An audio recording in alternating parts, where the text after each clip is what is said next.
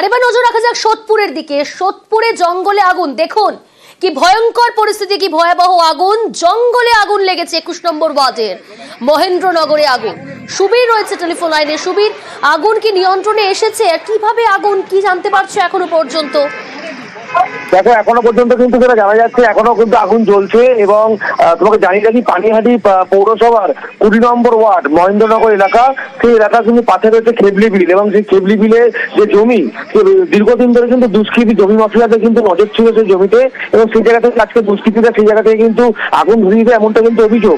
এবং আগুনের যে লেলিয়ান শিখা, সেটা কিন্তু বিভিন্ন একদম অন্যত্র জায়গায় কিন্তু ছড়িয়ে পড়ে। এবং এই ঘটনায় কিন্তু ব্যাপক আতঙ্ক তৈরি হয়েছে গোটা এলাকাতে। এবং ঘটনাস্থলে এই মুহূর্তে দমকলের 5টি ইঞ্জিন পৌঁছেছে এবং তারা কিন্তু আগুন নেভানোর কাজ করছে। ঘটনাস্থলে পৌঁছেছে ঘোড়া থানার পুলিশ। কে বা কারা এই আগুন লাগালো তার তদন্ত করছে কিন্তু ঘোড়া থানার পুলিশ। বেশ,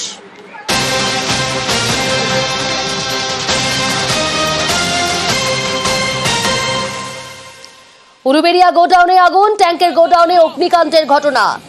উলুবেড়িয়া, সেখানেও গোডাউনে আগুন লেগেছে। আরো ডিটেল জানাবে সন্তু রয়েছে। সন্তু, কি পরিস্থিতি এখন সেখানে? আগুন কি নিয়ন্ত্রণে এসেছে? ঘন্টাখানেকের চেষ্টায় কিন্তু দমকলের 2টি ইঞ্জিনের চেষ্টায় কিন্তু এই মুহূর্তে আগুন নিয়ন্ত্রণে, যেটা ঘটনা উলুবেড়িয়া শিল্প তালুক বিশ্বপুরে।